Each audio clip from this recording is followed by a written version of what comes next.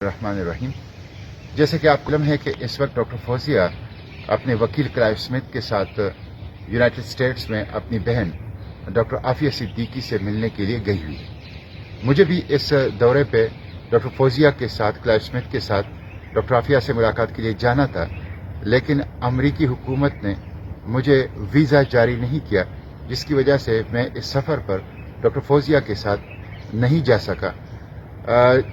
آپ کو علم ہے کہ ڈاکٹر فوزیہ کی ملاقات ہونی تھی جیل کے اندر، اور وہ اس ملاقات کے لیے جیل پہنچ گئی اپنے وکیل کے ساتھ، لیکن ان وقت پہ جیل عملے نے ان سے کہا کہ ڈاکٹر عافیہ سے جس کمرے میں ملاقات کرنی ہے اس کمرے کی چابی نہیں مل رہی، لہٰذا وہ کمرہ نہیں کھل سکتا اور آپ کی ملاقات نہیں ہو سکتی۔ اسی طرح ان کی ملاقات اپنی بہن سے نہیں ہو سکی۔ انہوں نے دور سے اپنی بہن کو دیکھا، لیکن بہن کے ساتھ بات کرنا، بہن کے ساتھ ملاقات کرنا، بہن کو گلے لگانا، بہن کو حوصلہ دلاسا دینا اور بہن کے حالات سے اپنے آپ کو آگاہ کرنا، یہ ممکن نہیں ہو سکا۔ میں سمجھتا ہوں یہ بہت ہی شرمناک ہے، بہت ہی افسوسناک ہے۔ امریکی جیل کے عملے کی اس غیر انسانی رویے کی جتنی بھی مذمت کی جائے وہ کم ہے۔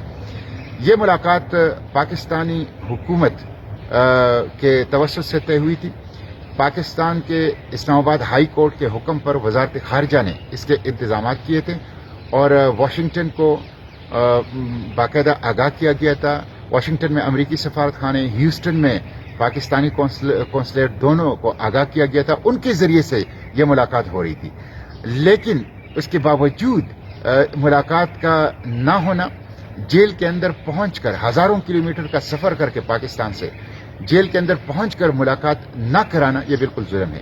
تو میں اس کی مذمت کرتا ہوں اور میں حکومت پاکستان سے مطالبہ کرتا ہوں کہ وہ امریکہ سے اس پہ احتجاج کرے۔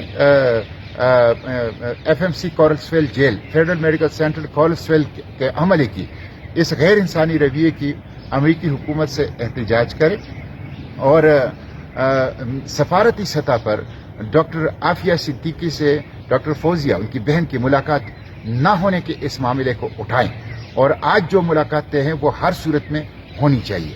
ڈاکٹر عافیہ بے گناہ امریکی جیل میں قید ہیں۔ حکومت پاکستان فوری طور پر ریاستی سطح پر ان کی رہائی کے لیے معاملہ امریکی حکومت کے ساتھ اٹھائے اور قوم کی اس مظلوم حافظ قرآن بیٹی کو اس بدنامہ زمانہ جیل جو جہنم کا گڑھا ہے اس سے نجات دلا کے پاکستان لے آئے۔ بہت شکریہ۔